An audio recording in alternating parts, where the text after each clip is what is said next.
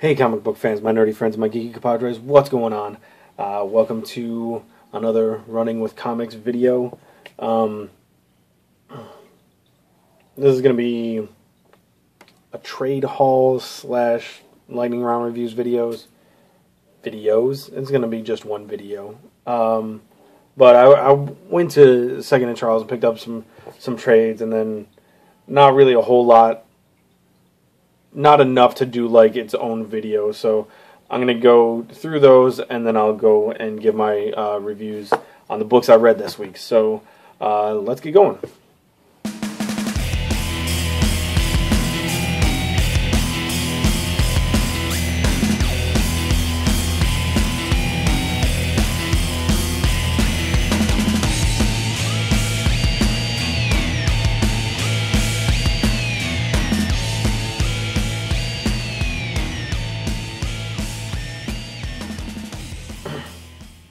Okay, first the haul I'll show you.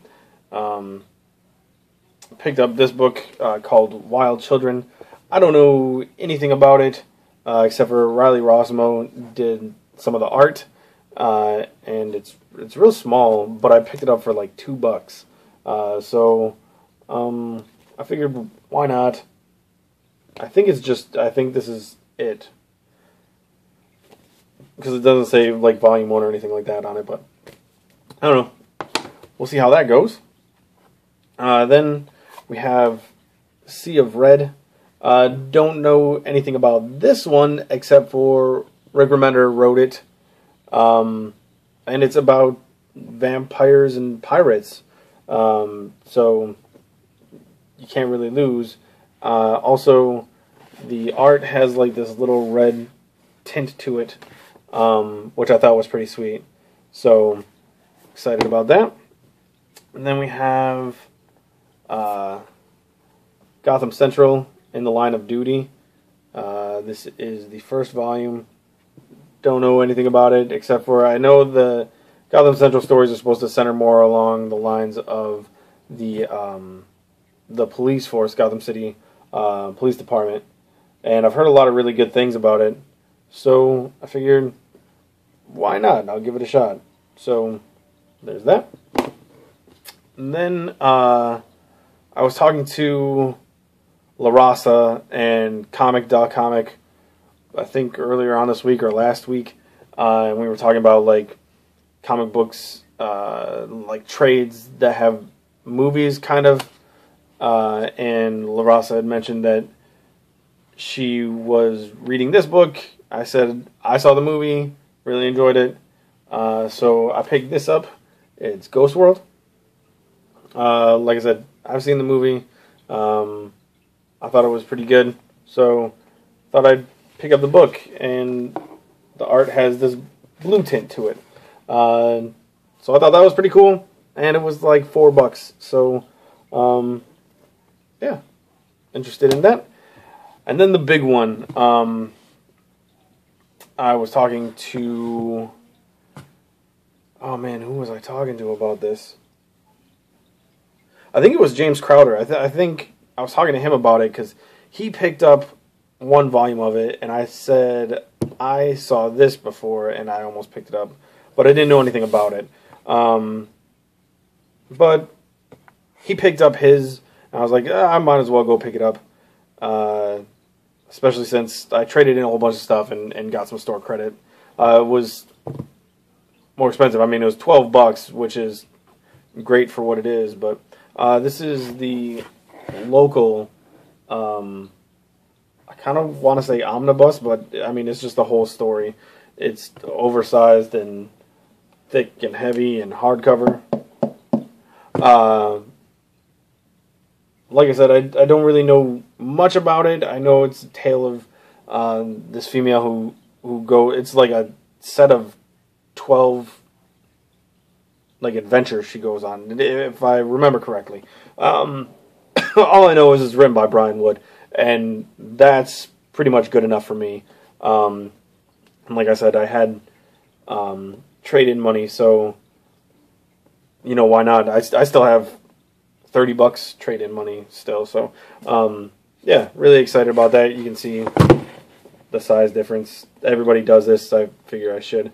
So yeah, yeah, pretty excited about that.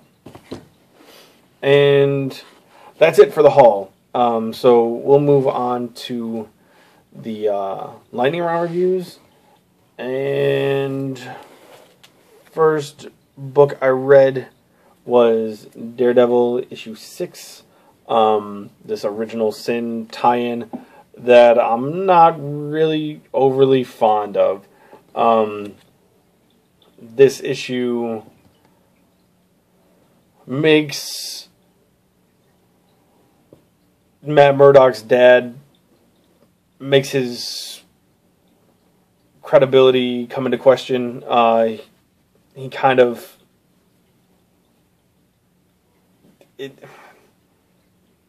he's kind of a bad guy, he's seen as, in this issue. And I'm not a huge fan of that because I am a tremendous fan of Daredevil Yellow. And that's pretty much Matt Murdock's relationship with his father. And how he idolizes him. And that's how Matt Murdock sees his dad. Just kind of like this hero. And this kind of... you get the opposite. So I don't know if the main storyline is going to go with this now. If it does, I hope it's like a ruse somehow. But it, like I said, it ties in with the Original Sin thing, and I haven't been reading it, but there was whoever stole the Watcher's eye was there, and he used it as a weapon to like show everybody secrets of theirs or something. I don't understand the Original Sin thing. I just don't care. But like I said, I hope it ends up being something that's not true, because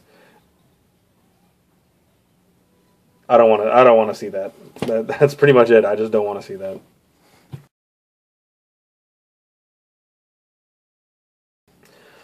Next we have Amazing Spider-Man number 4, another Original Sin tie-in. We kind of delve deeper into this.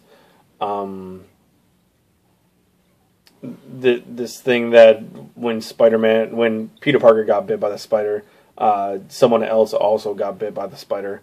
We find out her name is Silk. Pretty interesting. I actually am kind of curious about this one. And as far as like the Original Sin part of it, it didn't really affect me all that much. I mean, it was kind of... the way it came about, I didn't enjoy. Like, it made Peter Parker seem like this needy little kid,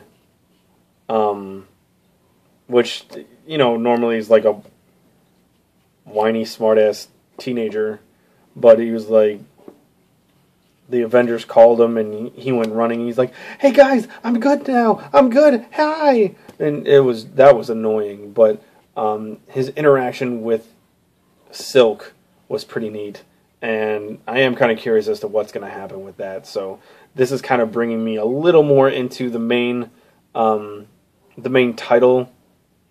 storyline, because as I've said before, I've been really enjoying the learning to crawl, like the 1.2, 3, 4, 5. You know, I've been enjoying that storyline, but I haven't been feeling this one. So this kind of got me into it. I'm really curious about Silk, and really excited to see where that's going to go.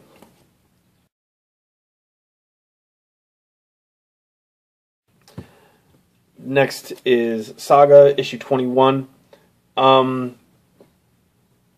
been talking about this quite a bit with a few people, and it's not that I don't like this book. It's that it's not really doing it for me in singles. So I think I might stop picking this up in singles and just trade weight it, because it just feels more like a trade kind of book. And I know a lot of people are doing that with this title. I'm trying real hard to remember what happened in this. And that's kind of the problem. Oh, like Alana takes drugs or something. I don't know. This new story arc, I'm not a huge fan of. This is what's causing me to want to trade weight this book now. I don't know. It's not as good as it used to be. And that was a problem I had with the last story arc, which came around at the end and was pretty decent. But I think I'm going to stop picking up the singles, trade weight it, and possibly sell my old singles because I think I can get some money for them. So my review on this one is I don't remember it. So there you go. Take that as you will.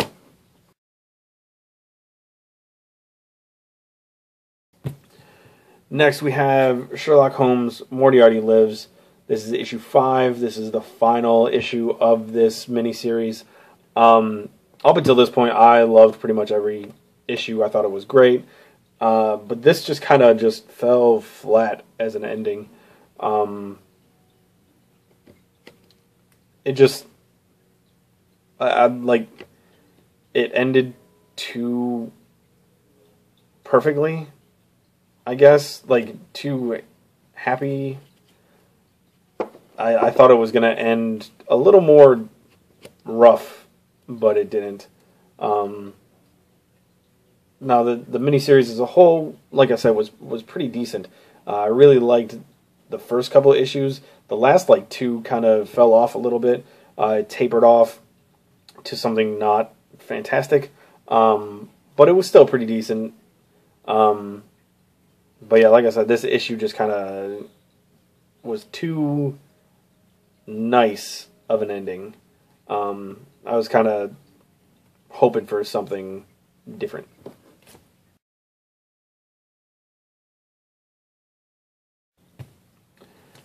Then we have Afterlife with Archie. This is issue 6. This issue has very, very little to do with the Archie group, or Riverdale, for that matter. It centers around Sabrina, mostly. I mean, there's mention of the other characters, but it is pretty much a Sabrina story.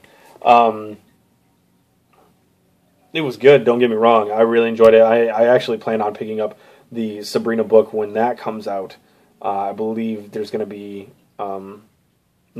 Afterlife with Archie and the Sabrina book are going to tie in, if what I've heard is correct. And I'm really looking forward to that. I just wasn't really prepared for this to be a Sabrina story. It was still excellent, though. I really loved it. There was a whole lot of Lovecraft stuff that was put in there, and I really enjoyed that. I thought that was awesome. Really interesting, really, really good. If you go into it not thinking about the title, like Afterlife with Archie, it's a great, great book. I just wasn't prepared, that's all. But I still really liked it.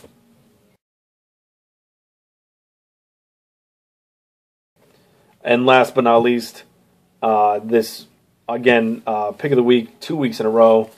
This is Life with Archie. This is issue 37. Kind of the aftermath of the death of Archie. This kind of... I'm trying to remember. I think the character's name is Kevin, and he's the senator that Archie jumped in front of a bullet for. He's going around because he's going to make a speech at this event, and he's going around talking to people in Riverdale about Archie and how he affected their lives, and it was fantastic. I know right after I read it, I tweeted that I legit cried, and I actually did. I was towards the end of the book, and my eyes started welling up, and a few tears fell. I'm not gonna lie, but it was just it's extremely emotional. Even if you don't like, if you're not into Archie at all, even if you didn't read it, the way it was done, especially with these last two issues, 36 and 37, if you combine them, reading them, just like it, if you're a human and you have a heart, it definitely kind of pulls on that. It gets to you, especially if you've ever had people you know who've passed away, or if you ever even wondered about yourself passing away. It was a rough issue. I'm not gonna lie, but it's kind of rekindled this fire in me to start collecting Archie. I mean, I've said it before. I used to read the Double Digest. It was the only thing my mom would let me read when I was a kid, and I've kind of lived with Archie throughout my childhood. So I'm kind of very interested in going back and collecting more Archie stuff. So I'm thinking about looking at way back issues, way back, just because I'm curious to see what they would go for, and I'm curious to see what they're like. So I'm going to look for the rest of the 35 issues of this run of Life with Archie, because I've heard it's pretty good. So yeah, Life with Archie, issue 37, pick of the week this week.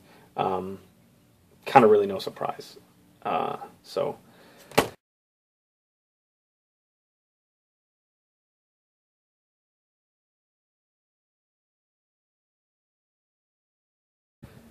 that's it. Sorry about that ramble at the end there. Just kind of wanted to speak a little bit on it.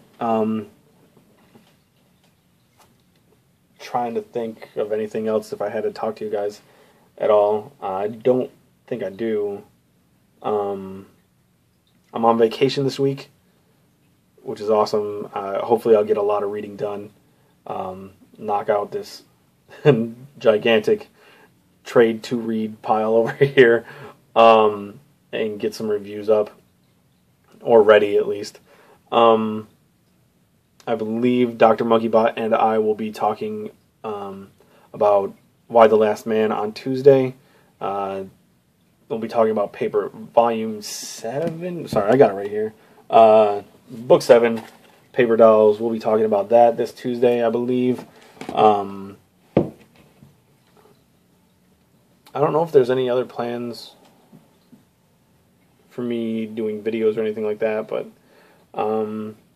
you know, who knows? I might put up a couple trade reviews this week, if I get through them and feel the need to talk about them. But yeah, that's it for now. I'll see you guys later. Have a good one. But I don't have like a sign off thing. Bye.